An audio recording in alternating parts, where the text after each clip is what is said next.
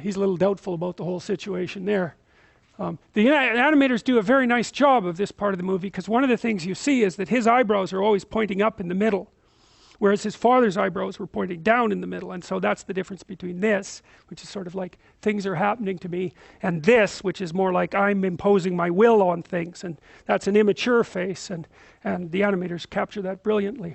So here's where she shames him again. She tells him how much she liked him when he was little, and you know, a potential king, and how hurt she is that he's this useless, you know, wide-eyed, naive, impulsive, pleasure-seeking adolescent. And she tells him that she missed him, and God only knows why, because look at him again. It's like completely appalling creature. And this is when Pumbaa and Timon sing that song about the fact that, you know, their friend's doomed because, you know, this girl's got him. And then they switch into another archetypal scene, and so they're falling in love here. And so the paradisal imagery is really highlighted in the movie, and so they go off and have this like romp, self-reflective romp through this new paradise, and they wrestle around and play, and then he pins her more or less, and she licks him. That's not so good. And this is one of the most brilliant shots, I think, that the animators managed, because she's obviously pushing this a little bit farther than he knows what to do with. And so they're wrestling, and she licks him, and then she lays down and makes this face, which is, every single class I've ever showed this to all laugh when they see that image.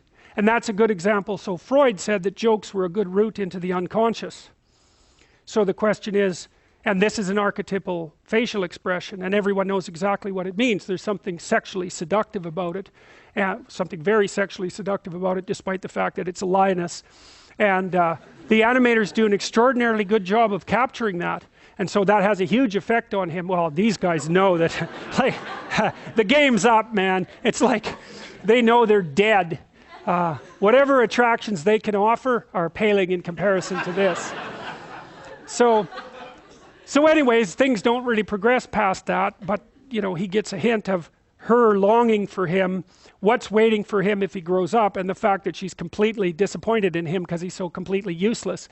And so now he's lounging about, you know, like some basement dweller with Cheeto dust all over his chest, and trying to justify his absolutely useless life, and you know, saying that he doesn't have any responsibility to the devastated kingdom, and he's out there where Hakuna Matata, you know, I can just do whatever I want and follow my impulsive pleasures. And she thinks he's pretty pathetic, and the reason for that is because he is actually pretty pathetic.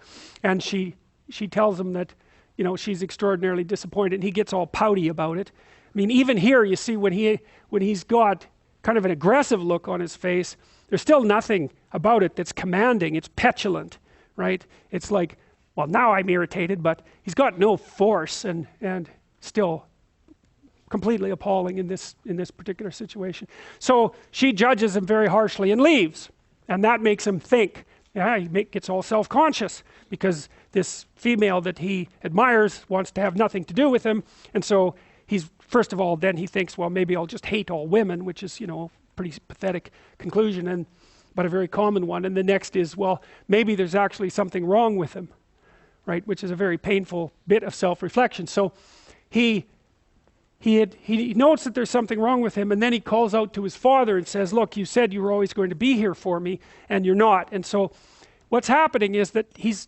become aware of the insufficiency of his current adolescent value structure, and he wants something beyond it, which would be associated with identification with the father. But he can't find the father. The father's dead.